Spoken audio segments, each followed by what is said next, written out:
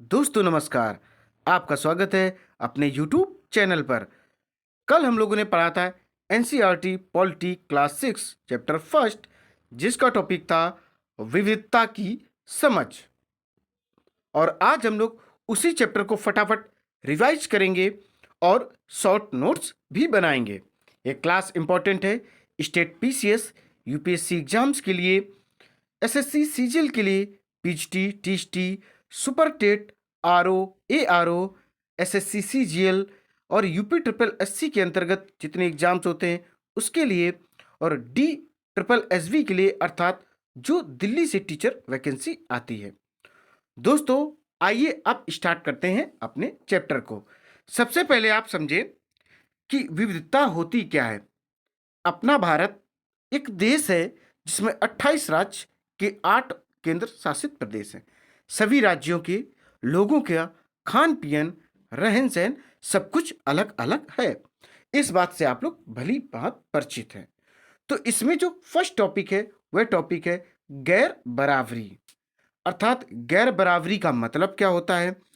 आपने सभी देखा हो, कोई व्यक्ति बहुत अधिक तंदुरुस्त होता है, कुछ पतले होते हैं, कुछ पतले दुबले होते हैं, कुछ लंबे चौड़े होते हैं, कद काठी में अंतर होता है, कलर में अंतर होता है, उनके पहनावे में अंतर होता है। ये सब चीज़ों के बारे में जानने की कोशिश करते हैं। तो फर्स्ट टॉपिक है गैर बराबरी। गैर बराबरी का मतलब है कि कुछ लोगों के पास ना अवसर है, ना ही जमीन है, ना जमीन या पैसे जैसे संसाधन जो दूसरों के पास हैं, इसलिए गरीबी और अमीरी विविधता का रूप नहीं है। ये लोगों के बीच मौजूदा असमानता यानी गैर बराबरी है। गैर बराबरी का सबसे सटीक एग्जाम्पल आप ऐसे समझें कि आपने देखा होगा अपने समाज में कुछ लोग बहुत गरीब होते हैं, कुछ लोग बहुत अमीर होते हैं। जैसे कोई ऐसा भी व्यक्ति है जो मंथली 5,000 रुपए कमा रहा, कुछ ऐसे भी व्यक्ति हैं जो मंथली 5 करोड़ या 500 करोड़ का भी टर्न ओवर कर रहे हैं। तो यह एक गैर बराबरी का एग्जाम्पल है। किसी के पास खाने को एक वक्त की रोटी नहीं है, किसी के पास खाने पीने के पूरे संसाधन हैं। यह भी गैर बराबरी का ही एग्जाम्पल है। किसी व्यक्ति के पास चलने के लिए ना तो साइकिल है, ना बाइक है, ना कार है। कुछ ऐसे व्यक्ति भी हैं जिनके पास पर्सनल जेट विमान भी होता है। तो ये सारे के सारे जो एग्जाम्पल हैं वह डियर स्टूडेंट्स गैर बराबरी के ही एग्जाम्पल हैं। अमीरी गरीबी ये सबसे बेहतरीन एग्जाम्पल गैर बराबरी का। और विविधता की बात करें तो वह भौतिक रूप से हो सकता है। आइए डियर स्टूडेंट्स अब बढ़ते हैं थोड़ा सा आगे। अब देखेंगे जाति व्यवस्था। अगला जो टॉपिक है वह जाति व्यवस्था है। हम सभी लोग अच्छे से परिचित हैं कि जो भारत देश है इसमें सभी धर्म निवास करते हैं। हिंदू हो, मुस्लिम हो, सिख हो, ईसाई हो, पंजाबी हो, जैन हो, बौद्धिस्ट हो। सिख और पंजाबी बात एक ही होती है दोस्तों। जो 5 6 7 धर्म हैं सारे के सारे इस भारत देश में निवास करते हैं। सभी धर्मों के कार्यक्रम अलग होते हैं और उनके धार्मिक ग्रंथ जो होते हैं वो अलग अलग होते हैं, उनके त्योहार अलग होते, सब कुछ अलग अलग होता है। बात करें जाति व्यवस्था की तो जाति व्यवस्था हिंदू धर्म में भी देखने को मिल जाएगी, मुस्लिम धर्म में भी देखने को मिल जाएगी, लेकिन जो सबसे अधिक प्रचलित जाति व्यवस्था है वह है क्या डियर स्टूडेंट्स, वह है हिंदू धर्म में। जैसा कि आपको मैंने इसी चैप्टर्स में पढ़ाया था कि अगर कोई व्यक्ति कुम्हार के घर जन्म लेगा तो वह वही कार्य करेगा, अर्थात मिट्टी से संबंधित ही कार्य करेगा। दीपक बनाने का कार्य करेगा, घड़ा बनाने का कार्य करेगा, जो भी उन मिट्टी से वो बर्तन बनाएगा वही कार्य करेगा। ये एक जाति व्यवस्था का उदाहरण है। जाति व्यवस्था के कारण ही असमानता है। असमानता का एक यह उदाहरण है जाति व्यवस्था। इस बंटवारे का आधार था लोग किस किस तरह का काम करते, किस जात में पैदा होते थे। जब हजारों साल पहले लोग क्या होता था कि काम के हिसाब से जाति बांट दी गई थी। जो व्यक्ति राजा करेगा, जो राज्य करेगा वह क्षत्रिय कहलाएगा, जो ज्ञान देगा वह ब्राह्मण कहलाएगा, जो बिजनेस व्यापार करेगा वह वैश्य कहलाएगा, जो सफाई का कार्य करेगा या निम्न स्तर का कार्य करेगा उसे शूद्र कहा गया। बट लेकिन डियर स्टूडेंट्स समय के अनुसार परिवर्तन होते होते आज शिक्षा ने लगभग सबको समान कर दिया है। लेकिन फिर भी आपको देश के कोने से ऐसी बहुत सारी घटनाएं सुनने को मिलती होंगी कि जात व्यवस्था के कारण उसके साथ ऐसा व्यवहार किया गया। जैसे राजस्थान है, यहाँ की कुछ घटनाएं उठी, या अन्य कई ऐसे राज्य हैं जहाँ जात से संबंधित काफ़ी चीज़ें ऐसी मिलती हैं देखने को। जात प्रथा को खत्म करने के लिए अनुच्छेद 17 में इसकी चर्चा है कि अस्पृश्यता का उन्मूलन होना चाहिए। कैसे कोई किसी व्यक्ति को छूने से ही अपवित्र हो सकता है। और जात व्यवस्था के सबसे घोर विरोधी थे डॉक्टर भीमराव अंबेडकर, जिनके पास 32 डिग्रियां हुआ करती थी उस समय। उन्होंने पीएचडी कर रखी थी। डियर स्टूडेंट्स, उन्होंने बहुत ज़्यादा संघर्ष किया, फिर कॉन्स्टिट्यूशन बनाया, जिसको बनने में 2 वर्ष 11 माह 18 दिन का समय लगभग लगा था। इसमें 395 अनुच्छेद हैं और इसके कुछ पार्ट्स मिला के लगभग 450 प्लस हो गए हैं। 12 अनुसूचियां हैं और इसके भाग भी दिए गए हैं। सबकी इसमें चर्चा है। तो जो जात व्यवस्था, ये भी एक असमानता का बहुत बुरा एग्जाम्पल है, और इसी सब कारणों की वजह से ही देश क्या है, एक विकासशील है, विकसित राष्ट्र नहीं बन पा रहा। अदर कंट्री में देखें, जैसे अमेरिका, रूस, कनाडा, ऑस्ट्रेलिया, चीन, यहाँ पर कास्टिज्म या जाति पात की कोई भी चीज़ इस टाइप की नहीं होती है। इसलिए ये अदर जो कुछ देश मैंने बताए, इनकी जो अर्थव्यवस्था है अपने देश से भी स्ट्रांग है। क्या दोस्तों, अपने देश से स्ट्रांग है। तो जात व्यवस्था असमानता का एक और उदाहरण है। इस बंटवारे का आधार था लोग किस किस तरह के काम करते थे, किस जात में पैदा होते थे। अगला पॉइंट है भारत में विविधता। हमको पता है कि भारत उत्तर में जम्मू कश्मीर, दक्षिण में तमिलनाडु, पश्चिम में गुजरात और पूर्व में अरुणाचल प्रदेश, 4 हिस्सों में भारत बटा हुआ है। सभी राज्यों में जो व्यक्ति रहते हैं उनका ड्रेसिंग सेंस अलग है, अर्थात विभिन्न प्रकार की वो पोशाकें पहनते हैं, उनका आहार फूडिंग सिस्टम अलग है, और रहने सहने का जो उनकी भाषा है, बोली है, वो भी दोस्तों अलग अलग है। तो भारत विविधताओं का देश है। सभी धर्मों के लोग निवास करते हैं, सभी रंगों के लोग निवास करते हैं। तो भारत कैसा हो गया, विविधताओं का देश है। यहाँ भिन्न त्योहार, धर्म, भाषा, खान पान के लोग रहते हैं, लेकिन वास्तव में हम गहराई से सोचे तो हम एक ही तरह की चीजें करते हैं। केवल क्या करते हैं, जीने के तरीके अलग हैं, तौर तरीके दोस्तों अलग हैं। आपने देखा होगा कि मुस्लिम के फेस्टिवल अलग होते हैं, हिंदू के फेस्टिवल अलग होते हैं, जैन धर्म के होते हैं उनके फेस्टिवल अलग होते हैं, बौद्धिस्ट के फेस्टिवल अलग होते हैं, सिख धर्म के फेस्टिवल जो होते हैं वो अलग अलग होते हैं। बट इन सबसे जो सर्वोपरि चीज़ है वो इंसानियत है, इंसान है। धर्म के आधार पर किसी भी व्यक्ति के साथ भेदभाव नहीं करना चाहिए। ये बताया गया है अनुच्छेद 15 में। आर्टिकल 15 में बताया गया है कि जन्म के स्थान पर, लिंग के आधार, अर्थात जन्म के आधार पर, लिंग के आधार पर, धर्म के आधार पर किसी भी व्यक्ति के साथ भेदभाव नहीं होना चाहिए। चाहे वह स्त्री हो, चाहे वह पुरुष हो, किसी भी कंडीशन में उसके साथ भेदभाव नहीं होना चाहिए।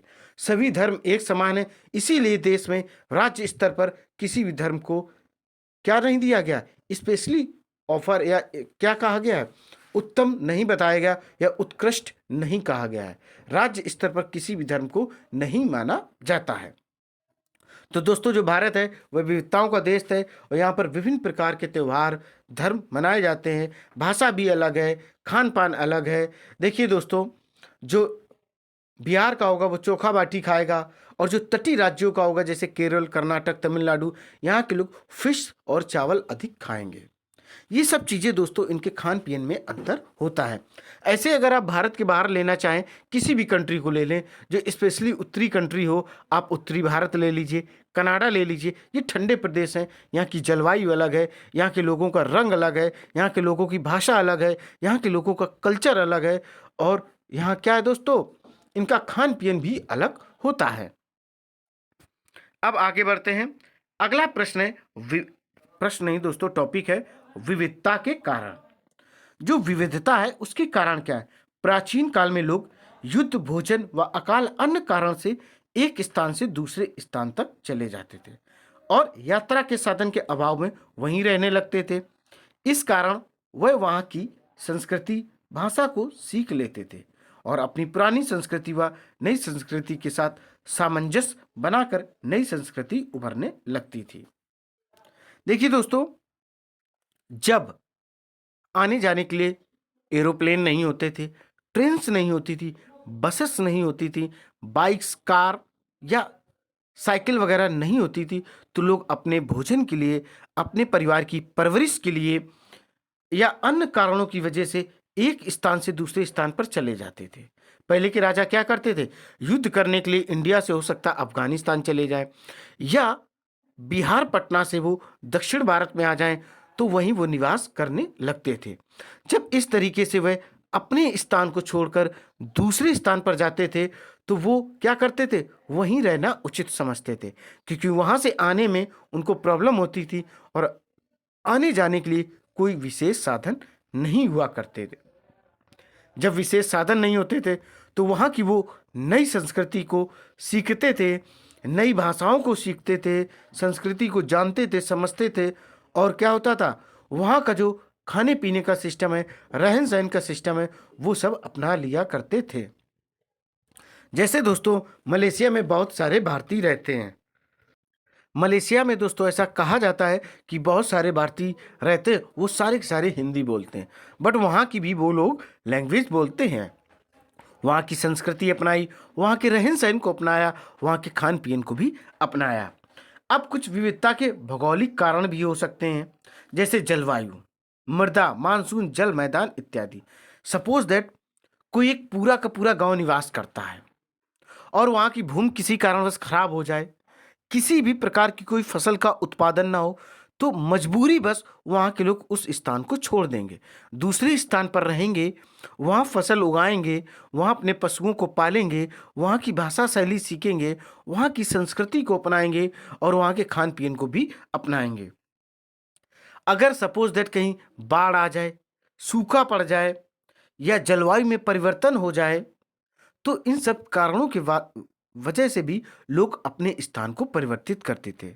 और आज क्या है दोस्तों, आज लोग रोजगार की वजह से एक कंट्री से दूसरे कंट्री में शिफ्ट हो जाते हैं। भारत के बहुत सारे युवा अदर कंट्रीज में जॉब करते हैं, वहाँ जाकर स्टडी करते हैं, स्पेशली इंजीनियरिंग भी करते हैं, एमबीबीएस भी करते हैं, या अदर स्टडी वगैरह भी वो लोग करते हैं। तो जब वहाँ वो शिफ्ट होते हैं, तो वहाँ के कल्चर को भी अपनाते हैं, वहाँ के रहन सहन को भी, वहाँ का जो फूडिंग सिस्टम है उसको भी अपनाते हैं। तो ये सब चीज़ें होती हैं, लोग अपनी भौगोलिक स्थितियों के अनुरूप व संस्कृति परंपराओं को ढाल लेते हैं, अर्थात वहाँ जैसा माहौल होता वैसे वो निवास करते हैं। जैसे कहा जाता है कि जो मनुष्य जाति है उसकी उत्पत्ति सबसे पहले अफ्रीका से हुई थी, स्पेशली दक्षिण अफ्रीका कहा जाता है। इसके बाद धीरे धीरे ये अपने भोजन के लिए, अपने निवास स्थान के लिए या सुरक्षित स्थान को ढूंढते हुए इन सब के चक्कर में वो पूरी दुनिया में घूमते रहे। जहाँ जहाँ वो घूमते रहे वहीं वहीं वो रह गए, वहीं वहीं रह गए। फिर इसके बाद उनकी जो धीरे धीरे पीढ़ी आगे की आती गई, उनमें परिवर्तन हो गया उस जलवायु के अनुसार। जैसे कोई दक्षिण अफ्रीका से कई हजार साल पहले अगर शिफ्ट होता है कनाडा में या रूस में, तो क्या होगा कि धीरे धीरे उसकी जो पीढ़ी होगी, वो उसका जो कलर होगा वो फेयर होता चला जाएगा, क्योंकि उत्तरी देशों का जो मौसम होगा, जलवायु होगी, वह ठंडी होगी। अब आगे बढ़ते हैं। अगला जो अपने पास टॉपिक है वह है डियर स्टूडेंट्स, नेहरू की पुस्तक, जो कि अपने देश के प्रथम प्रधानमंत्री रहे थे।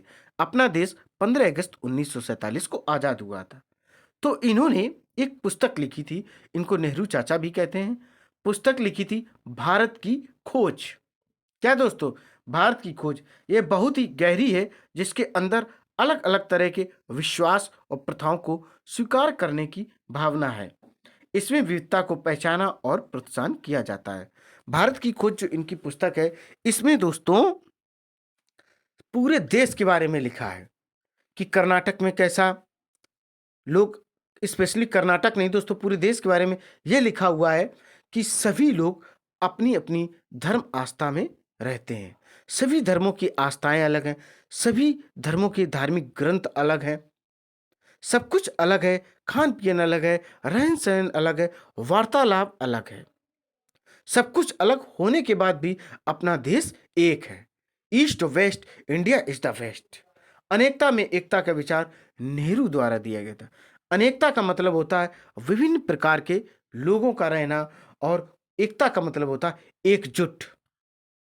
भले ही धर्म जात से अलग हो, समुदाय से अलग हो, रंगों से अलग हो, कद काठी से अलग हो, भाषा शैली से अलग हो, खान पीन से अलग हो, रहन सहन से अलग हो, फिर भी दोस्तों क्या कहा जाता है, अनेकता में एकता। अर्थात दोस्तों अपना देश जो है वह एक साथ ही रहता है। और दोस्तों इस समय भी एक साथ रहने की जरूरत है, ताकि अपना देश जो विकसित है, जो विकासशील है, वह फटाफट विकसित राष्ट्रों में सम्मिलित हो सके। दोस्तों ये शॉर्ट नोट का क्लासेस रहा। उम्मीद है क्लास आपको पसंद आई होगी। फटाफट इस क्लास को लाइक करें, शेयर करें और मेरे चैनल को सब्सक्राइब करें। दोस्तों जय हिंद, जय भारत।